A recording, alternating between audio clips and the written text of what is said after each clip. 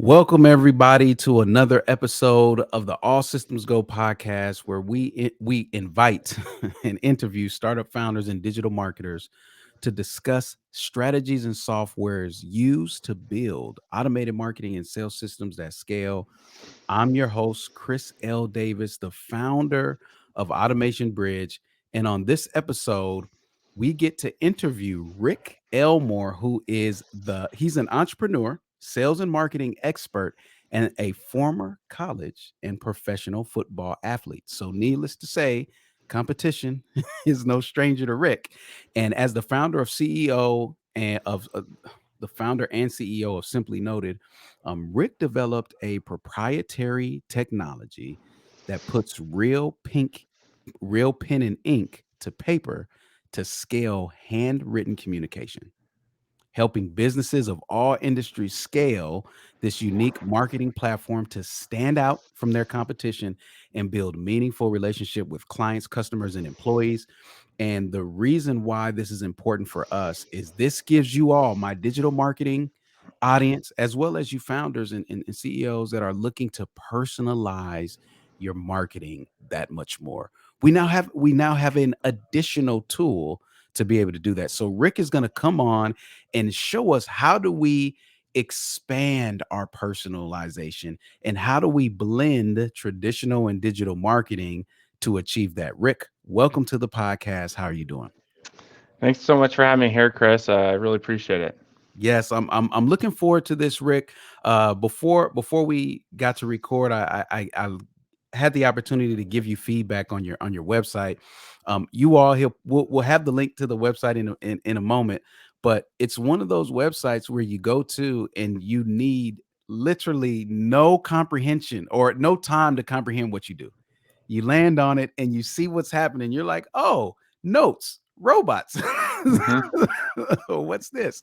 So I want to get into it, but tell us a little bit about your founder's journey, Rick. Yeah, This is very interesting. y- Professional football, tech company, yeah, handwritten notes, and somewhere in there you've got sales and marketing. Just help us piece it all together. yeah. It's a great question. My background is in athletics. I do have a twin brother. We grew up playing sports together. We were very lucky to get scholarships together to go to the University of Arizona. Played football Ooh. there. Had a pretty good career. Was drafted and played in the NFL for 3 years.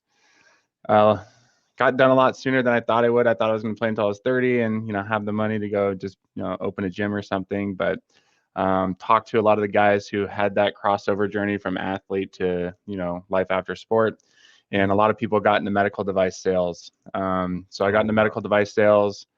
Did everything that I did in athletics for a long time. Just competed, self starter.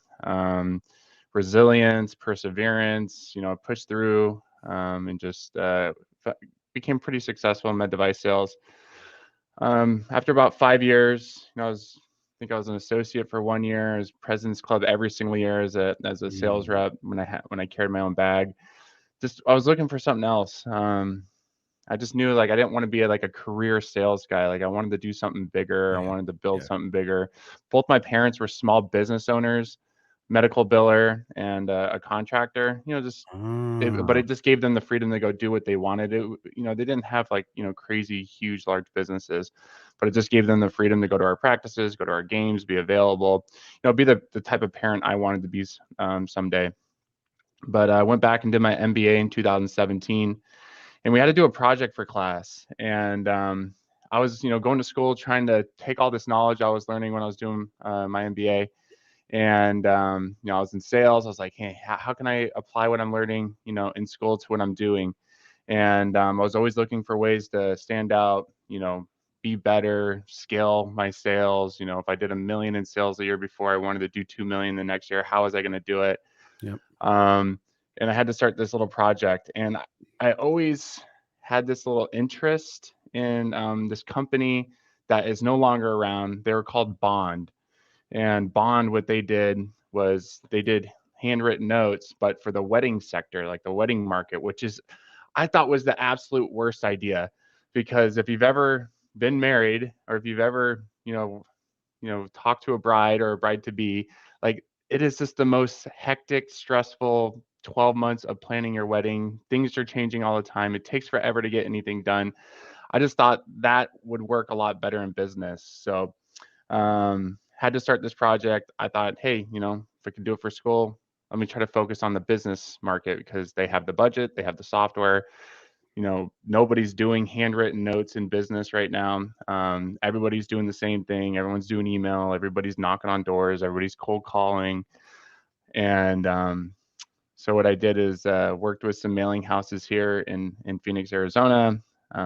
Bought this really bad writing robot from China, and but really tried to make it work because I had no money, I had no budget. I was like, hey, I have like $500 to start this company. How can I do it? Yeah. But it was a really, really painful process. But what we did is we got this little robot that we bought, put it together, had it write 500 notes to doctors that were in my territory. This is a real robot, by the It way. was a 3-axis plotter, so I don't Wow. have I have it still here. It's like, Yeah. when you make your first dollar in a business and you save it? I still have that first robot in our office. It's in our warehouse. But, yeah, it's been a it's grown a lot more since then, but, I sent out 500 handwritten notes just, trying to book an appointment with, some doctors I've never been able to reach, and 32 of them called me back, and out of those 32, I got $280,000 in new business, and my monthly, number was, like $35,000. My whole Wow. company was, freaking out, like, "Rick, what are you doing? What's working?" And I was just like, Wow. "This is it. I'm gonna do this. Like, I'm gonna turn this into a business." I knew it would work, and from then on, I mean, from end of 2017, I just started really researching this. How was I gonna make the transition from W-2 medical employee to entrepreneur, starting a robotic pen written note business? Yeah. Yeah. And it's interesting because would you say that your current job at the time was your funding for your business? You know what? Yeah, I think in med device, I mean, it's a good career Mhm. if you're good at building relationships, you're responsible, you work hard. I mean, it can be a really good career. And yeah, I think it did fund it for sure, but just it wasn't enough. It Yeah. wasn't a money thing. It was a intrinsic value fulfilling of the human spirit thing, and it just wasn't doing it for me. Yeah. And Rick, I'll say this. Life is funny like that because we often don't know what's in us.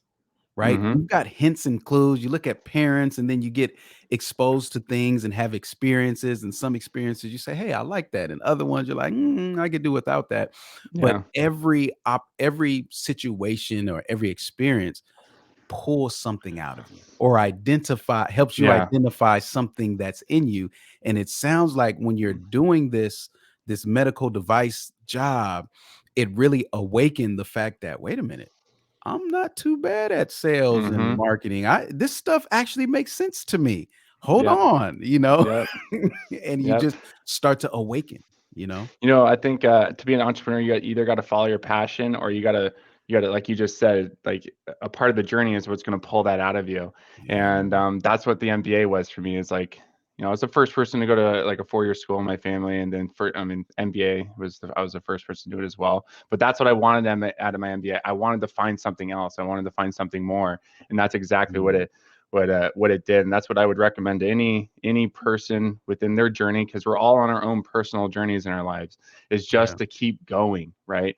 And yeah, if something happens, right, if there's a detour, you have to pivot, just keep going, don't stop, because a lot of people just shut down, and they stop progressing, or analysis paralysis prevents them from progress. And it's just like, just keep moving, just keep going, keep trying, and those answers will reveal themselves to you.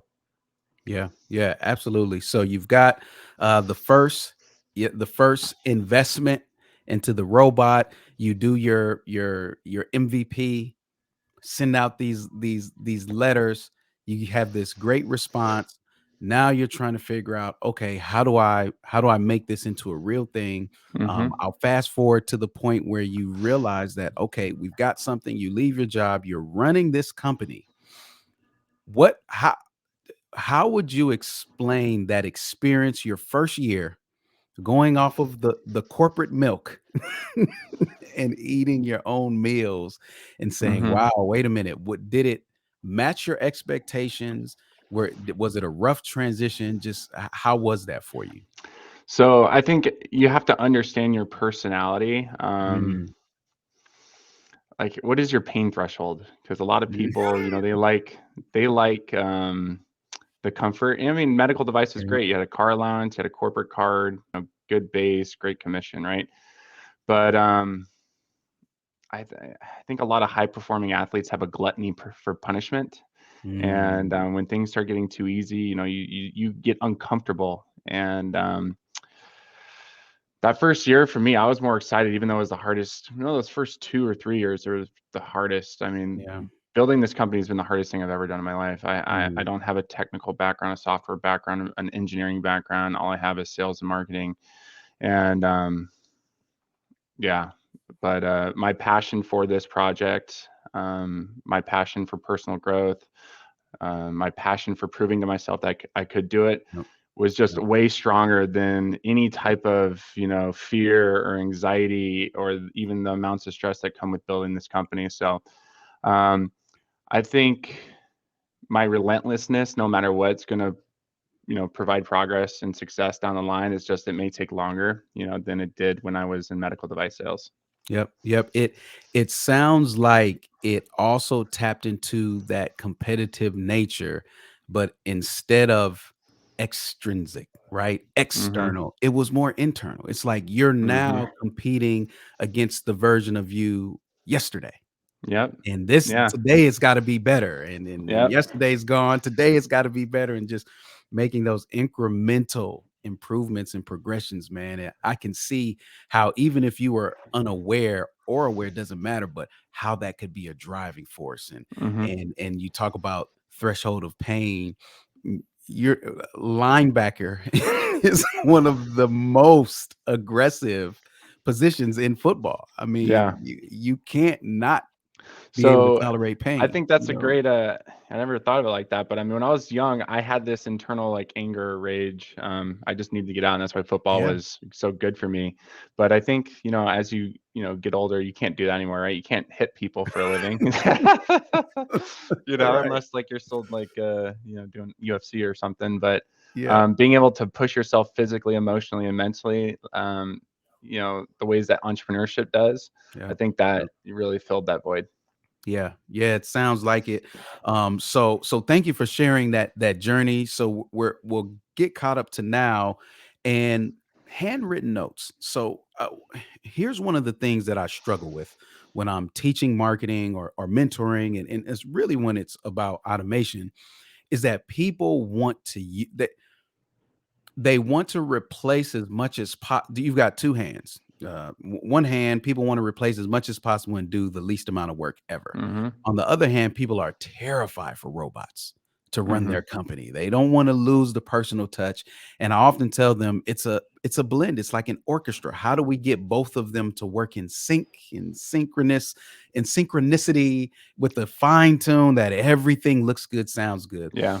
And usually it it's a struggle of understanding how can I leverage this technology to personalize the journey. I think that it's simple to understand that having a handwritten note is personalized, right? Mhm. But how do we do it in a way where when someone receives it, because there are some mail, there's some mail that I receive that I can tell, okay, this is not handwritten. And then it's some that I'm just like, this is really good. I don't know if they wrote it or not.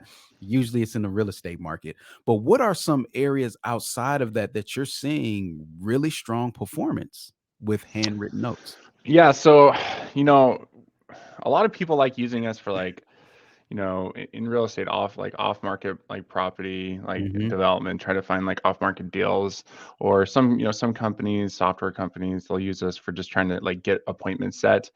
But Yeah. what we really try to hammer home at the end of the day, it's relationship management and development. Because at the end of the day, if your clients appreciate you and they love you and they like you, they're gonna stay longer with you. They're gonna spend more money with you. They're gonna leave you better reviews. They're gonna give you more referrals. And that's really what we try to like really consult when we talk to our clients is, hey, Mhm. like this is great as a marketing tool. We are a platform that allows you to efficiently like automate sending real handwritten notes, but you should be reaching out to your clients, you know, one, two, three, maybe four times a year, once a quarter, and just stay top of mind, right? Send them a, you know, a happy New Year's card, a 4th of July card, you know, a happy anniversary. Hey, thanks for being our client for the third year in a row, or a holiday card, right? And just stay Yeah. top of mind, because nobody's doing that these days. You know, the average person, and I don't believe this stat, but the average person receives 10 handwritten notes a year or 8 handwritten notes a year. I think it's less than that, because everybody's going digital nowadays. Yeah. And it's like you just said earlier, it's like, how can we be as hands off as possible, right? We're already busy doing other things. How can we automate this, automate that? And the great thing about our service is that handwritten notes is really the last form of communication that people think can be automated. And I think we're like 3, maybe 5 years before like the secret's out of the bag, where a lot Yeah. of people know about these companies. I agree. Um, but really, it's, you know, as your market, if you can integrate into your marketing workflow, that's great. Like, that's where a company like us helps.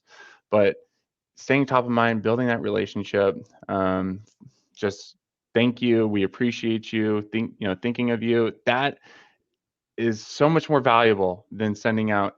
And I love the big orders, the 10,000, 50,000 handwritten like prospecting projects. I Yeah. love them. They're great. Yep. They move the needle for us. But um, the ROI of the relationship is just so much more. It really is. Yeah, and it's a very personalized channel. I'm one of the type of people that any card that I buy, if it's a birthday or thank you or whatever, I always write in it. I Mm-hmm. always write. It's not uncommon. People who are close to me, I think everybody who's close to me has received a handwritten note from me. So I'm still old fashioned in that. And I mean handwritten, like a piece of paper, I write on it, fold it up and Mm-hmm. deliver it to you, like back in the day. And you just can't, I can't explain how that has a positive impact on Mm-hmm. someone. And this is just day to day. We're not talking about any business transaction. So if we have a channel out here and we have technology, you talked about integrations. When I go to your website, I see a HubSpot integration, Zapier integration, Shopify integration.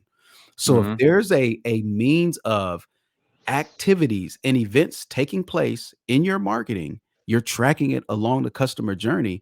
I think it's really powerful to denote when is the time to send that personal Mm-hmm. hello.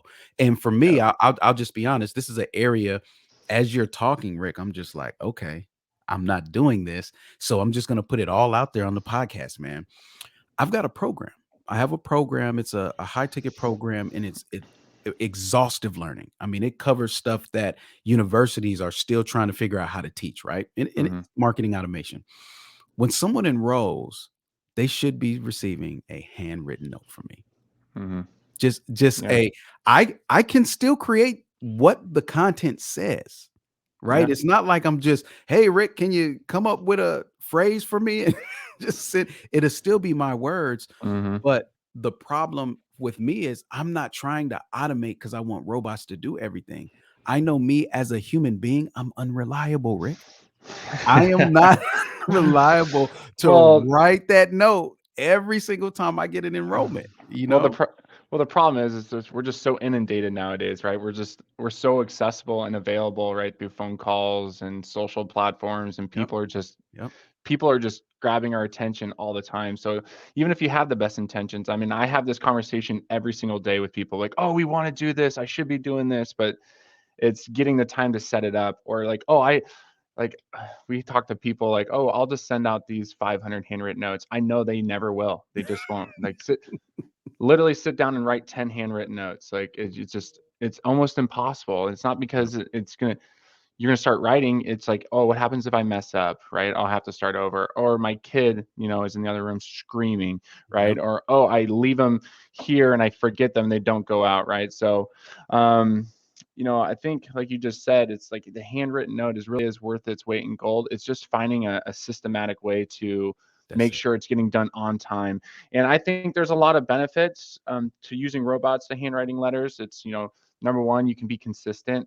You can have a trackable way to make sure that, these are the spelling's correct, the grammar's correct, it's being sent and tracked, versus I talked to a real estate agent literally on Monday, like, oh, I'm just going to hire a VA to do it. I'm just like, you're going to trust somebody that you're going to pay $5 an hour to handwrite your notes to your clients, Yep. right? You're not going to be able to proofread these. Like, you're going to put your reputation on the line because you want to, save $150. And it's just like, the way that some people think, it's just, I don't know. I think if you're going to reach out personally to somebody, you want to put your best foot forward. You want to do it on time.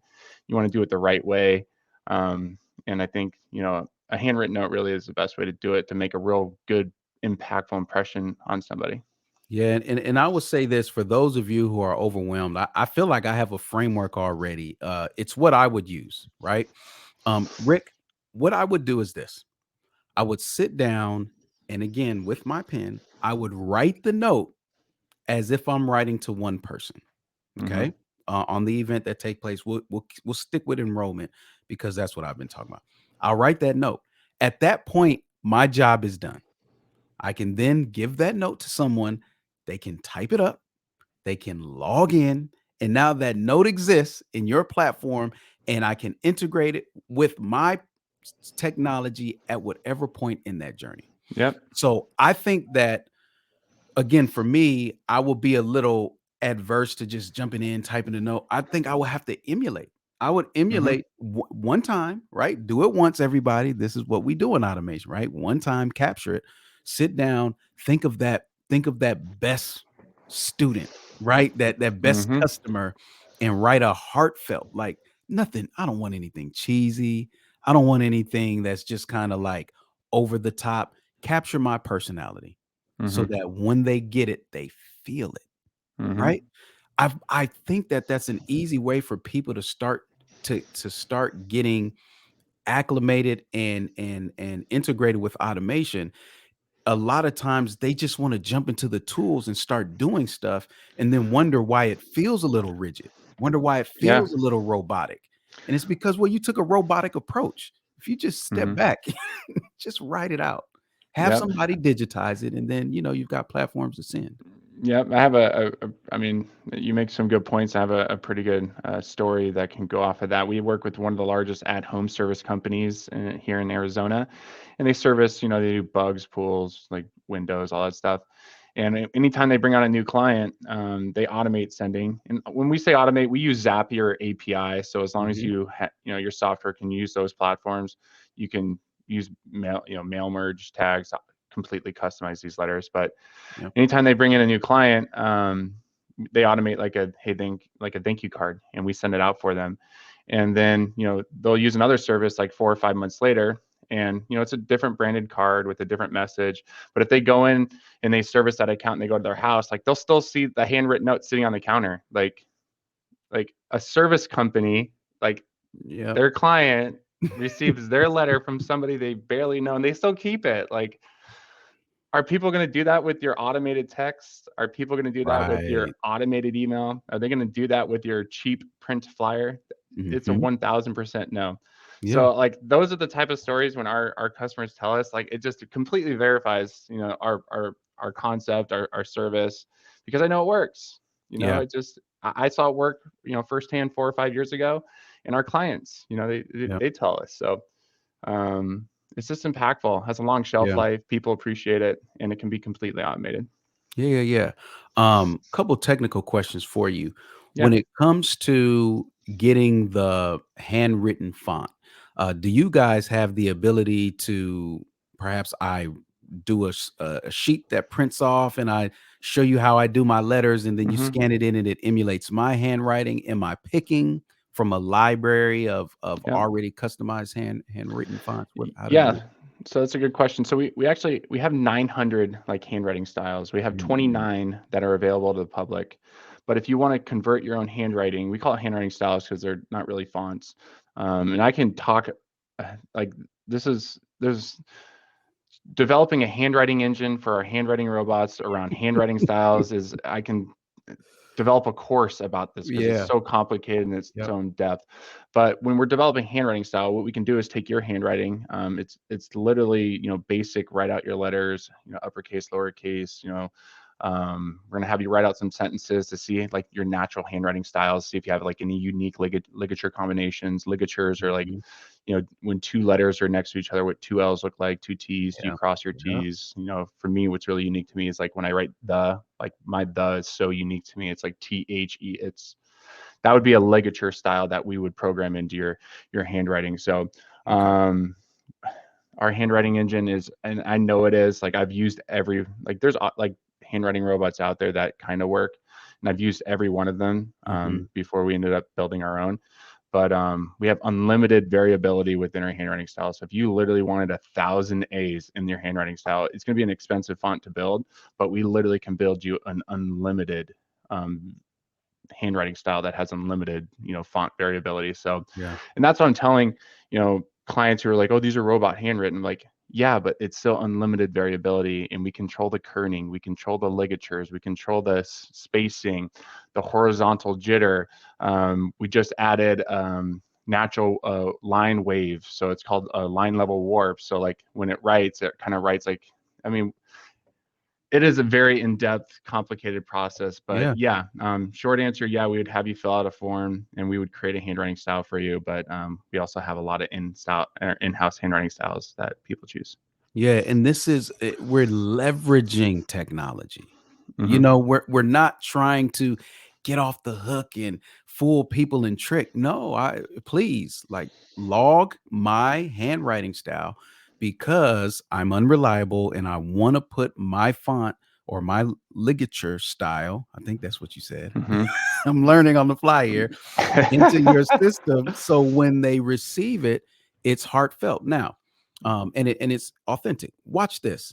Everybody put on your tech hats, listeners, for me. Rick, you said something earlier about Zapier and mail merging. Okay. Mm-hmm. Now, since my handwriting is in your system, I have one way of just sitting down, writing out a note. Okay. Mm-hmm. I want to write this note out and somebody can digitize it, upload it, XYZ, right? But I'm Mm-hmm. using paper. The Yep. other thing is throughout the customer journey. And this is going to get a little technical, everybody, but just follow me. If you have a mail merge, that means that you can send an email, whether it's forwarded or this is just a response to a particular inbox. And that inbox is going to look for patterns and you Mm-hmm. can extract text. You can extract Mm-hmm. strings and you can extract information.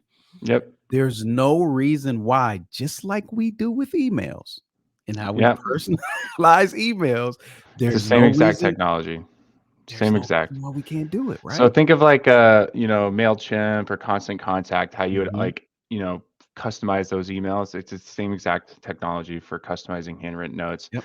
And as long as you have like that get and put data or trigger action data, as long as that data is able to be triggered out of your software, so first name, last name, address, birthday, whatever, it all could be automated.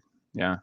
Yep, yep. So there it gets to I do all kind of stuff with email if sometimes I can't control the who's sending me the email, but it comes in the same format. So I'll send it through a mail parser and now I have my merge fields. Mm-hmm. Other times I am the owner of the form, the information comes in. Again, still, I can now merge it. My point is this: there's no reason that anybody should be at a disadvantage saying, I don't know how to make it personalized or I don't know what to write.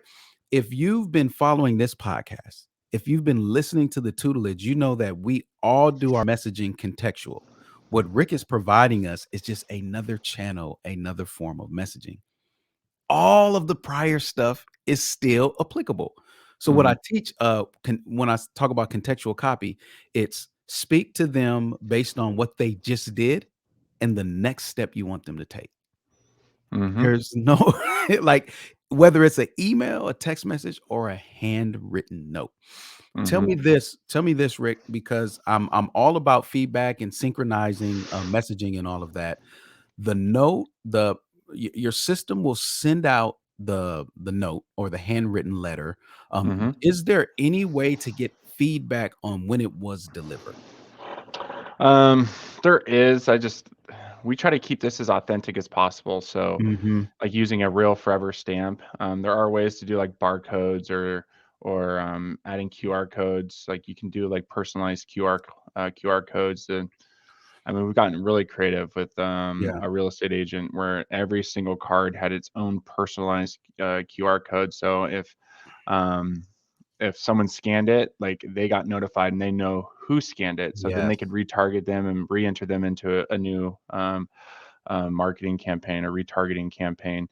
Yeah. But yeah, there are ways, call tracking, QR codes. There are different ways to ship stuff, but we try to keep it as authentic as possible. We do have like we work with a luxury hat brand, like e-commerce Shopify Mhm. website that adds like personalized discount codes. So if they repurchase, they can track, who's reusing it, where it's coming from. Yep. So it just depends on like how you know marketing minded you are because you Yep. literally can get unlimited like in creative in different ways. Like you can Yeah. get creative with the card design, you can get creative with the message, right? And different ways of tracking it. But yeah, it's an automated, tangible, in some ways people think marketing piece, but we Mhm. always say relationship, Yeah. try to Yeah. build a relationship. Absolutely.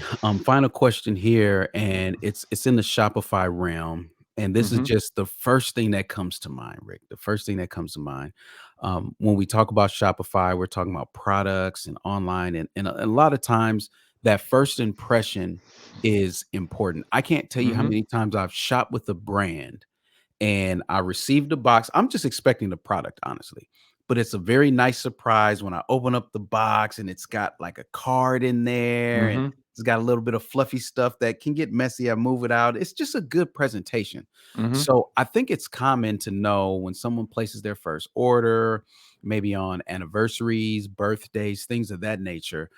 Are there any things that are on top of your mind right now that you've seen when it comes to like Shopify brands or things of that nature?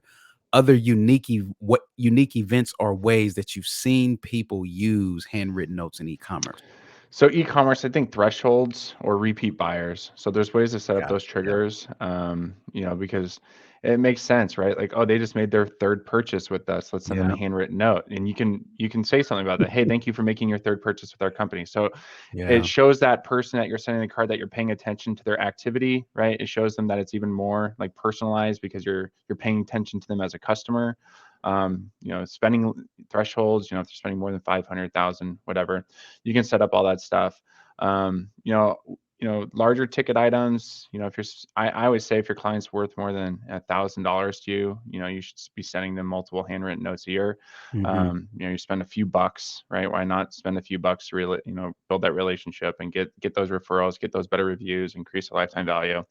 Um, but yeah, that's what I was saying earlier. Is if you have that marketing mind, there's unlimited ways that you can get creative to use a yeah, resource like this. But just automating a thank you card, that's really the easiest way to use this. yeah, and there's, in closing, everybody, I'll leave you with this gem.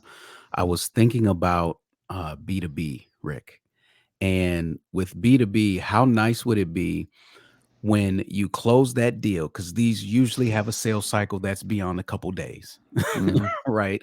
Um, and there's multiple people involved. So maybe the founder, maybe the CTO, maybe there's other people that you've used along the way. How nice would it be once that deal is closed for everybody to get their own respective thank you card? Hmm. Right? Yeah. Instead of sending it to the whole company and it's just like, "This is for every" each each person receive their own individual thank you card. I again, if you've got your marketing hat on, it's limitless, what you Hmm. can do and how you can do it. I think that I'll say this, Rick, I think that if you can just integrate a little bit of empathy and compassion into your professional day to day, it seems Hmm. like with a platform like yours, it just goes a long way. It will. It Yeah. does. Yeah. Yeah. That's what I'm thinking. Rick, thank you so much, man. If people have been listening and they're like, wait a minute, I need to get set up with this yesterday. I just closed a big deal. I want to send thank you cards. I want to upload my handwritten font, my ligature style. I want to know more. Where can they go? You can just go to simplynoted.com, just how it's spelled. It's just simply noted, or you can reach out to me on LinkedIn. I'm on LinkedIn all day. Okay. I'm pretty responsive there. So, yeah. And also, you can go to our website, and on our business page, you can request a sample kit. We do a really nice job at sending like a big full sample kit like this out to Oh, everybody. nice. So, Nice. um, I mean, you get a bunch of handwriting styles, you get a handwriting sheet, flyers, case studies, all that stuff. So, we do a really, I think we do a really good job with our sample kit that we send. Yep, yep, good stuff. Love sample kits. Love that you have that. I'm actually gonna get one, man. It looks really good. It looks really good. But again, thank you. We'll have the show notes, the URL in the show notes. Everyone, you can go there on your phone right now, wherever you're listening to the web. It's a really nice website. Just explore. That's all I ask, is that you explore. When you have, again, multiple channels, we have to be thinking omni-channel in our marketing and sales these days. Hmm. I think we can successfully say that the days of using one channel to close all of your leads, they're gone. They're gone. I So Building this business over the last 4 years, we use every channel yep, possible, including yep, ours. But yeah, yep, handwritten notes isn't the end all. It's not the only thing you should be using whatsoever. But I completely agree. We use, phone dialers, emails, social, our own mail. I mean, we use everything. You just have to in yep. 2022. You just really do. Absolutely. So thank you for your platform.